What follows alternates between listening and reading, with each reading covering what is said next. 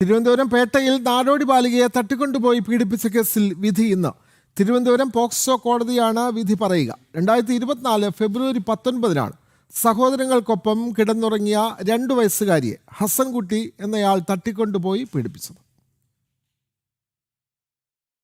ഹൈദരാബാദ് സ്വദേശികളായ ദമ്പതികളുടെ 2 വയസ്സുകാരി പെൺകുട്ടിയെ ഹസൻകുട്ടി ക്രൂരമായി പീഡിപ്പിച്ച കേസിൽ വിധി ഇന്ന്.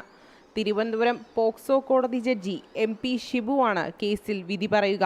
പ്രതി കുറ്റക്കാരനാണെന്ന് കഴിഞ്ഞ ദിവസം കോടതി കണ്ടെത്തിയിരുന്നു. പ്രതിക്കെതിരെ ബലാത്സംഗം, തട്ടിക്കൊണ്ടുപോകൽ, വധശ്രമം തുടങ്ങിയ വകുപ്പുകളാണ് ചുമത്തിയിരിക്കുന്നത്.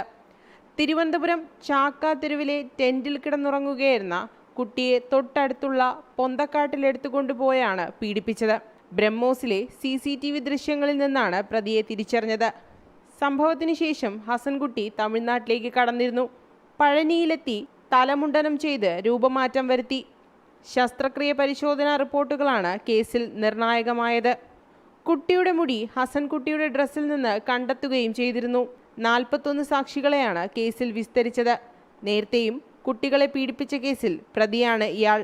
ഒരു കേസിൽ ജാമ്യം ലഭിച്ച് പുറത്തിറങ്ങി ഒരാഴ്ചയ്ക്കകമാണ് നാടോടി ബാലികയെ പീഡനത്തിനിരയാക്കിയത്. ജനം, തിരുവനന്തപുരം.